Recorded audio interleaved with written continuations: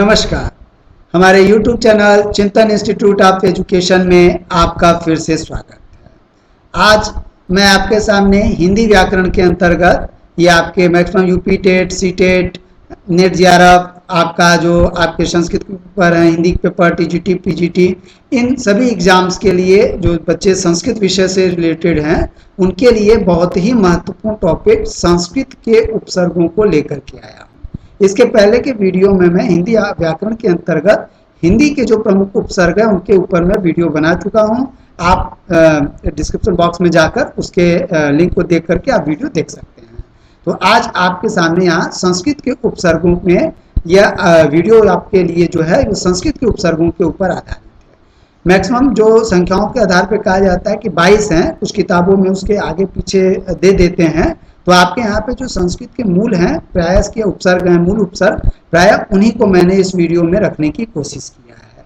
वो कौन से हैं, किस अर्थ में प्रयोग होते हैं, तो ये आज आपको जानना बहुत आवश्यक है। तो आइए, इसके लिए मैंने आपको 3 कॉलम में इसको प्रस्तुत किया है। यहाँ पे संस्कृत के उपसर्गों को, एक तो कौन कौन से 22 उपसर्ग हैं जो मोस्ट इम्पॉर्टेंट हैं, किस अर्थ में प्रयोग किए जाते हैं, और इनके कुछ उदाहरण आपके सामने मैं लेकर के आया हूँ। जैसे आइए चालू किया जाए। तो पहला जो आपका उपसर्ग है वह है आपका प्र। अन्य किताबों में थोड़ा एक महत्वपूर्ण बात बता दूं कि कुछ का क्रम आगे पीछे है, तो यहाँ पे मैंने आपको एक अक्षर को पहले लिया है, उसके बाद उससे मिलते जुलते उपसर्गों को लिया है ताकि आपको याद करने में एकदम आसानी रहे। तो चलिए आगे आइए देखते हैं। तो पहला जो उपसर्ग है वह है प्र। प्र उपसर्ग, और उपसर्ग के बारे में मैं इसके पहले वीडियो में बता चुका हूँ। उसकी परिभाषा, अर्थ, विशेषताएं बहुत ही कम जगहों पे मिलती हैं, तो प्लीज उस वीडियो को अवश्य देखिएगा। और अब यहाँ पे आपको पहला जो उपसर्ग है वो है प्र। किस अर्थ में प्रयोग होता है? आपका ज्यादातर अधिकता के अर्थ में, उत्कर्ष के अर्थ में और यश प्राप्ति के अर्थ में इसका प्रयोग होता है। आइए इसके एग्जाम्पल देखे जाए।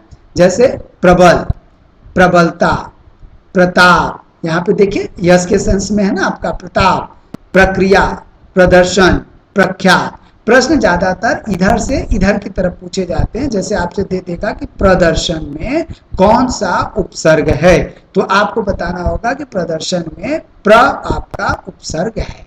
अब आइए दूसरे उपसर्ग पे आते हैं। दूसरा उपसर्ग है आपका आ। बहुत महत्वपूर्ण उपसर्ग है। इसका अर्थ हम प्रायः तक के सेंस में यूज करते हैं, समेत के सेंस में यूज करते हैं और उल्टा के अर्थ में हम इसका प्रयोग करते हैं। आइए इसके कुछ एग्जाम्पल देखे जाएं।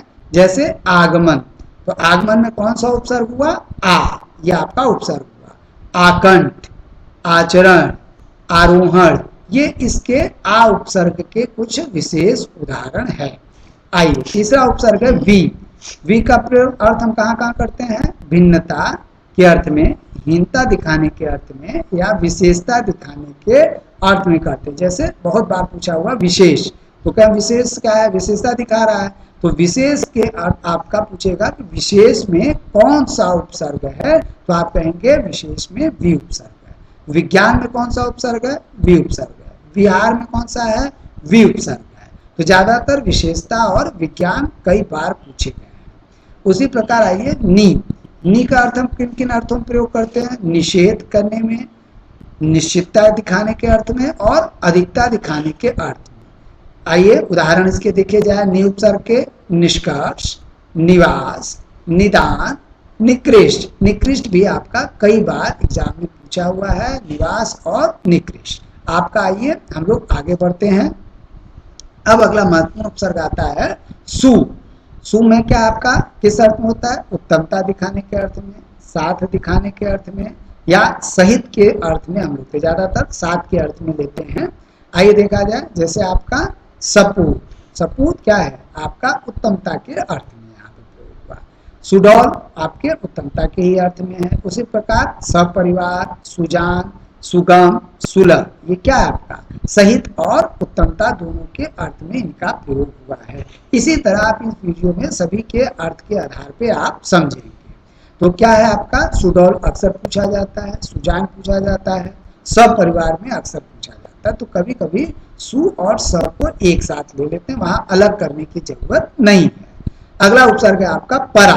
परा उपसर्ग का प्रयोग उल्टा के अर्थ में, पीछे के अर्थ में और अनादर करने के अर्थ में होता है। जैसे पराभव, तो अनादर का अर्थ है आपका पराजय, परामर्श, पराकाष्ठा, ये आपके परा उपसर्ग हुए।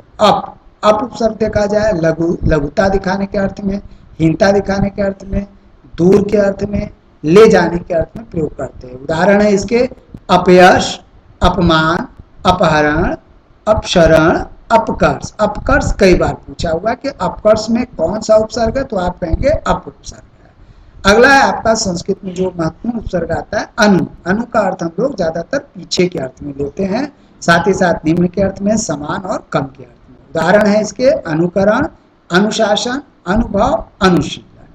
अब अगला उपसर्ग आता है आपका अव।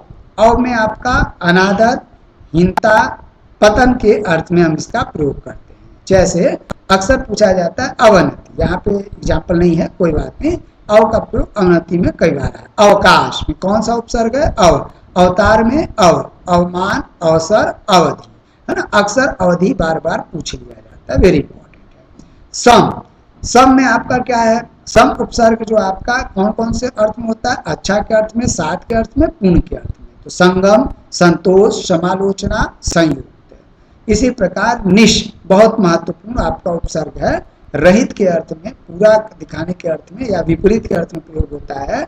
निस्तार, निस्सार, ये बहुत इंपॉर्टेंट है। निस्सार बहुत से एग्जाम में बार बार पूछा जाता है, कई बार पूछा गया है। निस्तेज, उसी तरह निस्सार की तरह निश्चय, आपसे पूछ लिया जाएगा निश्चय में कौन सा उपसर्ग है, तो आप कहेंगे निश उपसर्ग है आपका।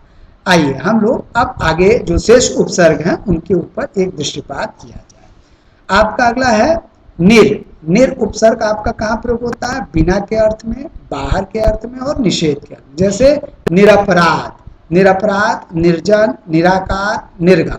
तो आपका निर्गम बार बार पूछा जाता है, निर्जन कई बार पूछा हुआ एग्जाम है। दोनों एग्जाम्पल वेरी इंपॉर्टेंट है। उसी तरह आपका दुस, दुस कहाँ का होता है, बुरा और कठिन के अर्थ में प्रयोग होता है। इसका भी एग्जाम्पल बार बार पूछा जाता है, क्या है, जैसे दुष्कर, दुशासन, पहले बहुत एग्जाम में पूछा जाता था, इधर कुछ वर्षों में कम एग्जाम में पूछा जा रहा है, पहले ये प्राय आता था। उसी तरह ये बहुत महत्वपूर्ण है, दुष्कर और दुस्साहस अक्सर किसी न किसी एग्जाम में आ जाते हैं, वेरी इंपॉर्टेंट। उसी तरह दूर आपका ये देखा जाए कठिनता दिखाने के अर्थ में, दृष्टता और हीनता दिखाने के अर्थ में। दुर्जन, दुराचार, दुर्लभ, दुर्दिन।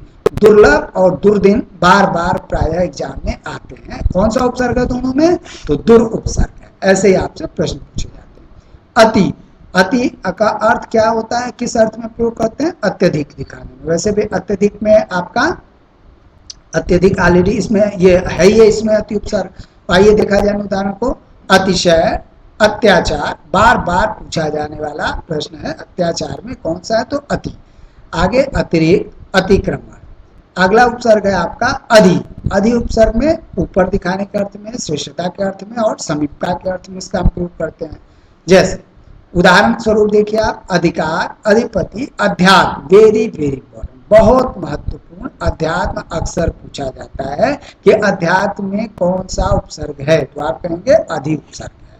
उसी प्रकार अधिगत, अध्ययन, अध्यात्म और अध्ययन दोनों में ध है, तो बच्चे प्रायः कंफ्यूज हो जाते हैं, तो इसलिए प्रायः यह एग्जाम में पूछा जाता है। उप और उद आपका प्रयोग कहाँ होता है, ऊपर दिखाने के अर्थ में, ऊंचा और श्रेष्ठता के अर्थ में। आइए उदाहरण देखा जाए। उत्कर्ष, उत्पत्ति, उत्कृष्ट, उद्धार, प्रायः एग्जाम में उपसर्ग अक्सर आ जाता है। TET, CTET, super TET, MP TET, इन एग्जाम में यहाँ से अक्सर प्रश्न आते हैं। आगे अगला उपसर्ग है आपका अभी। अभी का प्रयोग हम सामने के अर्थ में, पास के अर्थ में, उच्च, अच्छा के अर्थ में और चारों ओर के अर्थ में लेते हैं। जैसे अभिमुख, अभ्यागत, अभिनव, अभ्यागत, बार बार एग्जाम में पूछा जाता है। परि, परि उपसर्ग आपका कहाँ का प्रयोग होता है, किस अर्थ में, आसपास के अर्थ में, सब ओर के अर्थ में और पूर्णता दिखाने के अर्थ में होता है। जैसे परिक्रमा, परिश्रम, परिजन, यह आपके क्या है, उपसर्ग और उनके अर्थ है, इनके प्रयोग है। उसी प्रकार इति, ऐसा, यह या अन, हम लोग प्राय कहते हैं इतिश्री, है ना, इतिश्री, इसका नहीं इतिश्री हो गया, तो क्या है आपका कि प्राय अंत को प्रकट करता है। आपका इतिवृत्त, इतिहास, है ना, आगे ये बहुत महत्वपूर्ण है, इतिहास में अक्सर पूछ लिया जाता है। इतिश्री बार बार पूछा जाता है। उपसर्ग अगला है आपका उपसर्ग महत्वपूर्ण है। उसमें कहा निकटता दिखाने के अर्थ में, सदृशता के अर्थ में और लघुता दिखाने के अर्थ में इसका हम लोग उपसर्ग का प्रयोग करते हैं। जैसे उपेक्षा, यहाँ पे क्या है देखिए, आपका लघुता दिखाई जा रही है किसी की, है ना, किसी को उपेक्षित किया जा रहा है, तो यही आपके अर्थ में। जैसे उपकूल, उपहार, उपेक्षा, ये इसके उदाहरण है। अगला है उपसर्ग आपका, अंतिम उपसर्ग है प्रति। तो प्रति उपसर्ग में आपका क्या है, किस किस अर्थ में प्रयोग होता है, विरुद्ध के अर्थ में, सामने दिखाने के अर्थ में और एक एक करके अर्थ में इसका प्रयोग होता है। प्रतिकूल, इसके उदाहरण है प्रतिकूल, प्रतिक्षण, प्रतिवादी, प्रत्यक्ष और प्रत्युपकार। ये अक्सर पूछ लिया जाता है। तो प्रत्युपकार में पूछा जाता है कि कौन सा उपसर्ग है, प्रति उपसर्ग है। प्रायः अर्थ वाले को प्रायः एग्जाम में कम पूछा जाता है, लेकिन डायरेक्ट यहाँ से और यहाँ से प्रश्न ज्यादा आते हैं। ज्यादातर आपको शब्द दे दिए जाते हैं और उपसर्ग आपसे पूछ लिए जाते हैं। लेकिन अगर आप ये उपसर्गों को याद नहीं करेंगे कि कौन कौन से हमारे मुख्य 22 उपसर्ग हैं, तो आपको याद करने में असमंजस होगा। तो अतः आपको ये पहले सलाह दिया जाता है कि आप इन 22 उपसर्ग को एक बार अच्छी तरह से आप क्या करिए, याद कर लीजिए। उसके बाद उनसे मिलते जुलते शब्दों पर कौन कौन से उदाहरण है प्रयोग आपका ज्यादा से ज्यादा अभ्यास करने की कोशिश करिए। अगर आपके लिए बहुत ही मेहनत के बाद हम लोग इस वीडियोस को बनाते हैं, तो अगर आपको हमारे ये वीडियोस अच्छे लगते हैं तो प्लीज हमारे चैनल को सब्सक्राइब, शेयर और लाइक करना नहीं भूलिए। और प्रतिदिन हम लोगों के जो वीडियोस हैं वो आपके लगभग आपके 6:30 से 7:30 के बीच में प्रतिदिन आ जाते हैं। तो इसलिए यह आप समय अध्ययन का भी होता है। तो इस समय में आप लॉकडाउन में घर में रहते हुए अच्छी तरह से अध्ययन करिए और अगर हमारे चैनल को सब्सक्राइब करिए। कोई भी दिक्कत आती है टीचिंग क्षेत्र से रिलेटेड, जैसे टेट, सी टेट, आपका यूपी टेट, ये जो एग्जाम होते हैं और नेट GRF, उसमें कोई भी प्रॉब्लम आता है तो आप कमेंट बॉक्स में हमें बताइए। तो आज के लिए इतना ही। कल हम लोग एक नए वीडियो के साथ मिलते हैं। तब तक के लिए धन्यवाद।